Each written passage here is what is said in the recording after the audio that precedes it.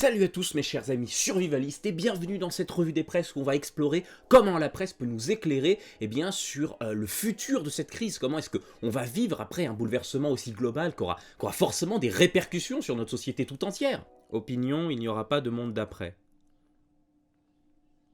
Alors cette tribune est écrite par Sacha Benhamou, qui est un consultant en communication stratégique dans une agence de communication d'influence. Alors vous m'excuserez, mais vu que c'est un consultant en global, endorsement, stratégie, communication, world shipping, je me sens un petit peu con à côté de lui, donc j'ai besoin d'un petit peu d'autorité. On est bien. Parfait, on peut continuer. Bon, comme d'habitude, on commence par le titre. Opinion, ok, c'est une opinion, on a compris. Il n'y aura pas de monde d'après. Déjà, c'est un titre très péremptoire, puisqu'il l'affirme, il n'y aura pas de monde d'après. Et puis, monde d'après, c'est un terme qui est mis entre guillemets, parce que comme si c'était pas sa parole, comme si déjà ce terme était entré dans la langue courante, c'était ce mot-là, c'était le monde d'après, les gens parlent du monde d'après dans la rue, non pas dans la rue, sur les réseaux sociaux, oui, qu'est-ce que ce sera le monde d'après? Alors, le chapeau, contrairement à ce que certains aiment prophétiser, c'est qui certains déjà? C'est très pratique, le mot certain vous permet de dire qu'il y a des gens qui disent ça, donc je vais parler de ces gens, mais sans jamais citer aucun exemple, parce que comme ça, on peut pas me contredire, vu que je m'attaque pas à quelque chose de concret, de précis, de ciblé, certaines personnes, dans certains quartiers, certaines populations, vous voyez comment certains est ce mot magique qui vous permet de dire n'importe quoi. Contrairement à ce que certains aiment prophétiser. Prophétiser, retenez ce mot parce que j'ai déjà lu un petit peu l'article, et ce Sacha aime beaucoup utiliser de termes qui se rapportent à la religion, mais on verra ça après. Il s'agit d'une crise sanitaire de force majeure, point. Oui, point. C'est tout. Il aurait pu écrire « Il s'agit d'une crise sanitaire de force majeure, quoi de plus ?» Il aurait pu arrêter l'article ici. Point final. Point. Depuis plus d'un mois, nous traversons une crise sanitaire, bientôt économique, d'une ampleur inédite. Confiné dans sa pensée, pour paraphraser Laurent Geoffrin, et hop, c'est parti. On est à la deuxième phrase du premier paragraphe, on cite quelqu'un. Citer quelqu'un, c'est comme dans une copie du bac, qui n'aura pas lieu cette année, ça gagne des points. Et bon voilà, c'est une citation sur le confinement, donc c'est forcément pertinent, genre chacun désigne son bouc émissaire. Néolibéralisme et mondialisation pour les uns, faillite de l'État pour les autres. Bah, ils sont un peu cons les gens, genre, ils cherchent des responsables à la crise, non, c'est tombé comme ça, il n'y a pas de responsabilité à avoir, faut pas déconner non plus. Notre démocratie est d'abord pensée pour des périodes ordinaires. Qu'est-ce qu'il veut dire avec cette phrase? Peut-être veut-il dire que le monde dans lequel on vit, il est plus fonctionnel dans les périodes où tout va bien. Quel est l'objectif de cette platitude, je me demande. Et c'est bien naturel, car plus personne ne songe à vivre en état de guerre permanent. L'état de guerre permanente, au XXIe siècle, ça n'existe plus. Ni le libéralisme, ni le collectivisme n'ont de réponse absolue à apporter à cet état d'exception. Et il est encore trop tôt pour désigner le meilleur élève de la communauté internationale. Qu'est-ce qu'il essaye de faire, là, très sérieusement? Ce qui est intéressant, c'est qu'ici, il nous glisse de manière assez délicate un petit sophisme de la solution parfaite. Alors c'est un argument fallacieux assez courant, hein. Ça consiste à dire que si votre solution n'est pas absolument parfaite, c'est-à-dire qu'elle ne répond pas à tous les cas de figure et qu'elle résout tous les problèmes d'un coup, eh ben on n'en veut pas, on la rejette globalement. Et là c'est pareil, je veux dire, le libéralisme et le collectivisme, qui ont sans doute dans cette situation des effets divers sur les corps, les âmes et les populations, vu qu'il n'y en a aucun qui a tout résolu, il n'y en a aucun qui a trouvé le vaccin contre l'épidémie, voilà quoi, ils se valent, ça se vaut, en vrai ça se vaut, c'est pareil. Dans cette crise extraordinaire, il s'agit de limiter les dégâts, déployer des moyens exceptionnels pour faire face à l'urgence sanitaire, agir comme assureur de l'économie en dernier ressort pour éviter un effondrement total, comme s'y emploie le gouvernement. Vous avez retenu? Le gouvernement nous protège de l'effondrement total. Évidemment, il y aura des leçons à tirer de la crise. Prévoir davantage de scénarios de crise pour améliorer notre réactivité, reconstituer nos stocks stratégiques. Et ça, c'est une bonne idée. Heureusement qu'on a des global management systems comme ce monsieur pour nous expliquer que quand il y a une crise, faut en tirer des leçons pour mieux se préparer aux prochaines crises. Genre, personne n'y avait pensé. Mais on ne peut ni blâmer le gouvernement actuel, qui gère la crise comme il peut, avec les moyens laissés par ses prédécesseurs, ni nos institutions challengées par des circonstances extraordinaires. Mettez des violons. On peut pas blâmer le gouvernement actuel. Il gère la crise comme il peut, avec les moyens laissés par ses prédécesseurs qui ont tout pris. C'est pas sa faute. C'est du foutage de gueule, je suis désolé d'utiliser un terme aussi peu châtié. Cette crise n'a pour origine ni les égalités, ni la dégradation de l'environnement, sauf à accorder du crédit à un écologisme devenu néo-païen pour lequel la Terre nous adresse un message. Mais alors là, cette phrase, elle est géniale, parce qu'elle nous dit que cette crise n'a pour origine pas la dégradation de l'environnement. Il dit carrément que, si jamais on pense ça, on est dans un écologisme devenu néo-païen. Alors néo, ça veut dire nouveau, c'est un préfixe avec des consonances latinistes qui permet de transformer n'importe quel mot en concept abstrait. Là, ce qu'il nous dit en substance, c'est que l'écologie est devenue une religion bizarre, où on fait des rondes à la pleine lune en se frappant avec des branches d'ortie. J'en perds ma moustache. C'est encore moins une crise de l'austérité. Oui, parce qu'il y a de l'argent partout, il y a de l'argent magique. Le niveau élevé des dépenses publiques de l'État n'a pas empêché la France de compter parmi les pays les plus touchés. Bah vous voyez, on dépense un pognon de dingue dans les institutions sociales, là, dans la sécu sociale, dans le système de santé, dans l'aide aux plus démunis, et ça nous a pas empêché d'être touchés par la maladie, hein. Gauchias, va. Et là, encore une fois, on retrouve notre bon vieil ami, le sophisme de la solution parfaite, parce que, puisque les prestations sociales et le système social de la France ne l'a pas empêché d'être touché par l'épidémie, eh ben ça veut dire que ça marche pas, et qu'il faut tout arrêter. Il s'agit d'une crise sanitaire de force majeure. Point. Qu'est-ce qu'il essaye de faire exactement avec ce point? Il voit ses lecteurs comment? Comme des gens qui font « Oh là là, j'ai peur, la crise, l'économie, la maladie, lui. » Point. Là, point, dit comme ça, tout seul, isolé, c'est clairement le point final. L'autorité qui vient te dire de fermer ta gueule. Mais c'est assez risible parce qu'il répond à rien, il se contente de dire « Cherchez pas. » Point. Bon, c'est un outil qui ne marche pas très bien parce que vous vous en rendez bien compte ici, c'est assez ridicule et si jamais vous l'utilisez dans une vraie discussion en vis-à-vis de quelqu'un, il risque plutôt de vous mettre son poing dans la gueule. Les lois de l'économie resteront les mêmes. Alors pourquoi ce ralliement général à l'eschatologie laïque des collapsologues? Hop, on se calme. Voilà, toujours la bonne vieille technique, hein, on balance des mots compliqués, ça fait 4 syllabes, putain. L'eschatologie laïque des collapsologues. Est-ce que ça sonne pas comme un film de fin du monde, là? Hein? Moi je vois Michael Bay qui arrive. L'eschatologie laïque des collapsologues. Cette fois-ci, ils vont tout faire s'effondrer.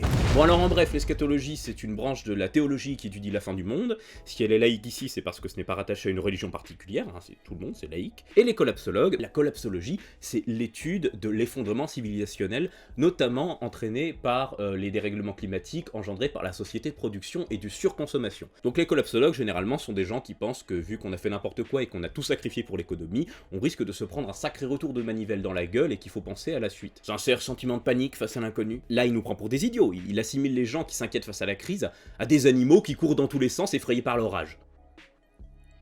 Cynisme des responsables politiques qui suivent la foule dans la désignation du bouc émissaire, de peur d'être emportés par une vague de dégagisme. Oui, parce que ça aussi c'est un fait bien connu, les politiques n'ont jamais de conviction personnelle, ils ne font que suivre la foule par peur du dégagisme.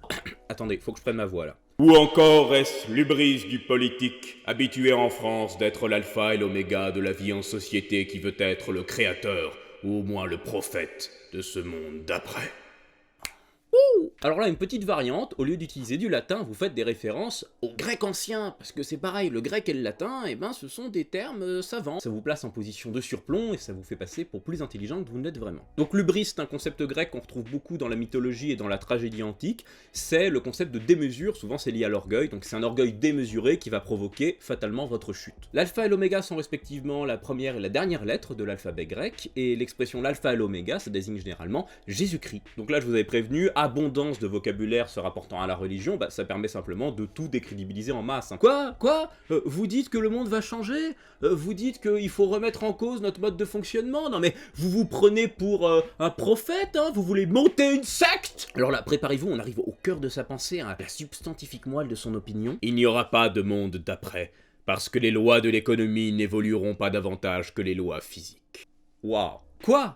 Comment est-ce qu'on peut, sérieusement, mettre en parallèle les lois de la physique et les lois de l'économie? Avec tout le vocabulaire religieux, je m'attends presque à ce qu'ils nous sortent un truc du genre « Et Dieu fit le monde en 6 jours. Le 7e, il ne se reposa pas, mais il créa les lois immuables de l'économie. » Les lois de l'économie reposent sur les comportements humains, une anthropologie construite sur des milliers d'années qu'aucune révolution culturelle ou autre projet prométhéen n'a pu changer. Donc là, la légitimité de l'économie actuelle, d'un système qui n'a pas toujours existé, je le rappelle, est établie parce que c'est construit sur l'anthropologie construite depuis des milliers d'années. Rien n'a jamais pu le détruire, aucune révolution culturelle. Vous voyez de quoi il veut parler? Il le dit plus tard, vous inquiétez pas. Et aucun projet prométhéen, parce que tant qu'à faire, autant refaire une référence grecque. C'est la leçon que nous aurions dû tirer de l'effondrement l'effondrement du bloc communiste. Non mais, wow, pourquoi on n'a pas tiré la leçon?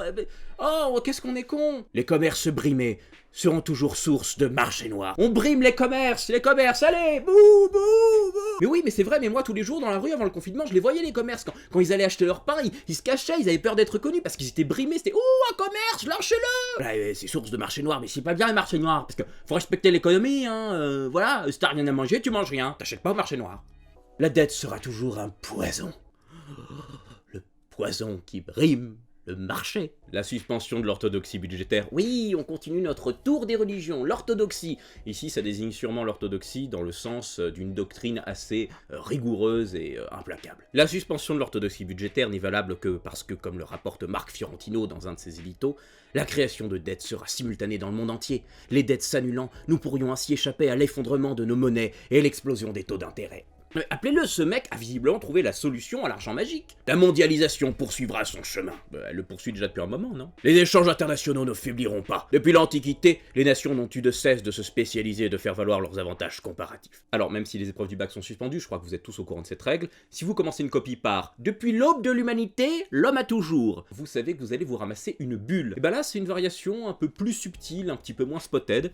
Depuis l'Antiquité, les nations n'ont eu de cesse. Il n'y a pas de source, il n'y a pas de référence, il nous parle pas de quoi spécifiquement, il nous dit « Depuis l'Antiquité, les nations blabla ». Pourquoi pas? En tout cas, on sent bien que c'est une opinion, parce que le mec là, il est posé les couilles en vacances sur un tabouret de bar, et il nous recrache la pina colada par le nez sans citer aucune source. Le secret de l'efficacité de l'économie de marché repose dans sa capacité à faire éclore des organisations complexes, extrêmement décentralisées, mais coordonnées par l'indicateur prix.